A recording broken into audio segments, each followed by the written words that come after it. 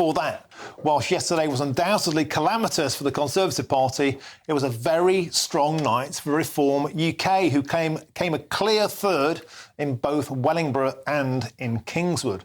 The party got over 10% of the vote in both constituencies, while support for the Liberal Democrats sank like a stone as they lost both of their deposits in those seats. The Ed Davey factor is rubbing off. Well, joining me now in the studio is the man who stood for Reform UK in Wellingborough, Ben Habib, who, of course, is the deputy leader of the party. Welcome to the show. So, in the by-election last night, you got 13% of the vote, Reform UK's best ever by-election result. How do you feel? Can I just first say what a delight it is to be back on GBNews? You know, when you're fighting an election, you're kept in purdah. So this is my coming out. I was on with Patrick Christie's and a bit in the counting room, but this is properly in the studio, having a proper interview, and it's wonderful to be here. Well, you're welcome. Now, get on with it. How does it feel? It feels great. You know, when you enter a race, you want to win it, don't you? You absolutely swing the bat in order to win. We obviously didn't win. But the third place that we got was the best ever election result of any description that the Reform UK has had. And you remember, just a few months ago in Tamworth, we got just over 5%. A few months later, we're getting 13%, nearly 3 times as much. So a dramatic shift in the way people perceive reform. And of course, every time we make a bridgehead, we move on to something else. All the noise around our performance yesterday, both Rupert Lowe's performance in Kingswood and mine in Wellingborough, advances the party, advances the cause, establishes the principle, which is critical, Martin, that people realise there is a third party for which they can vote. You know, the two main legacy parties, I call them, the legacy parties, the old parties, the parties that have delivered the United Kingdom to the precipice of disaster, they seem to think that the baton should be just exchanged seamlessly between them. But no, there is a new force in party politics, and it is reform. I've got to put it to you, 13% is a respectable turnout, but it's not as good as UKIP did in the same seat in 2015. They got 19%. We've got a Tory party on its knees. They were there ripe for the taking. Is 13% really good enough? Is it cutting through enough at this stage, Ben? Martin, I came from a standing start on the 3rd of January when I put my hat in the ring. The odds were 66-1 when I put my hat in the ring. By the time it came round to the actual by-election, the voting day, I was 7-1.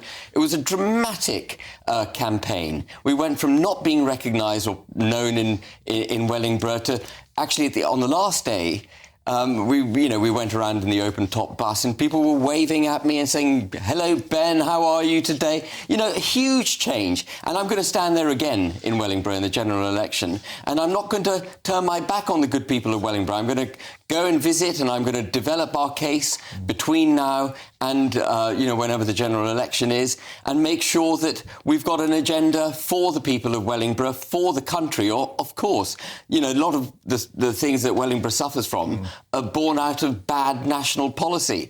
But we need to reveal how it is that bad national policy is having a material adverse effect on the people in Wellingborough. And I'm going to do that between now and the general election. And I tell you what, Jen Kitchen and Helen Harrison, if Helen Harrison stands for the Conservatives again, they need to watch out. Because reform is not stopping here. As I said, this is a bridgehead. We're going to use it to come forward again. A lot of people, of course, as sure as night follows day, are saying that reform is simply splitting the vote and letting the Labour Party in.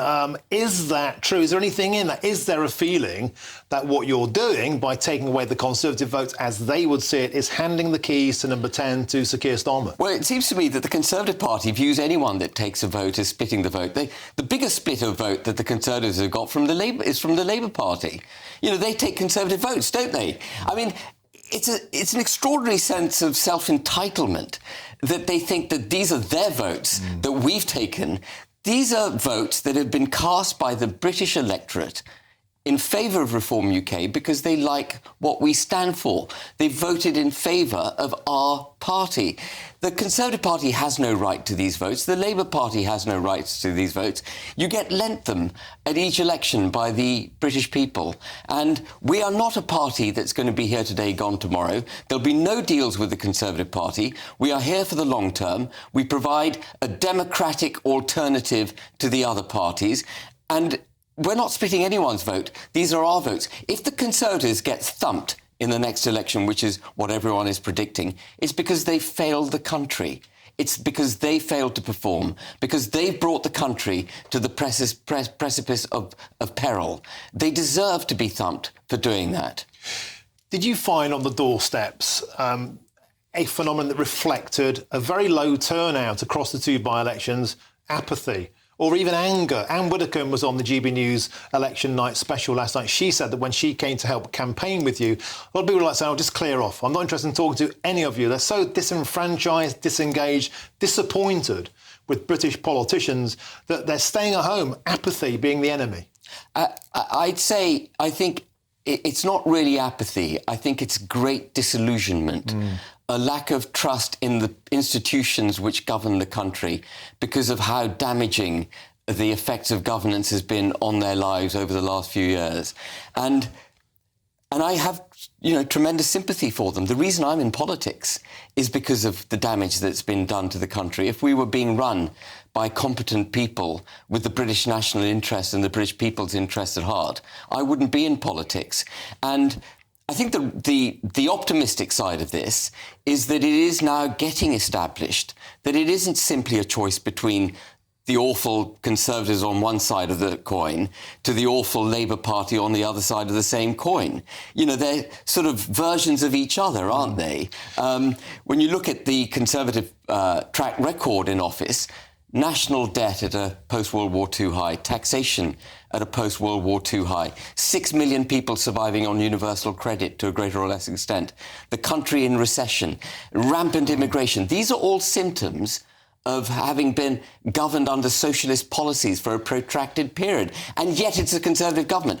And so I think Reform UK offers a genuine third party to those voters who are disillusioned, who are upset with the way that the country's been governed. One final question. You're a Conservative, Richard Tice is a Conservative, Nigel Farage is Conservative at heart. Is this chess moves ahead about watching the Tories implode at the General and then rebuilding the Conservative Party, maybe with you guys getting involved in the Tory party? Is that what this is about, or is Reform a general standalone party to take the fight to them? It is a standalone party, no deals with the Conservative Party.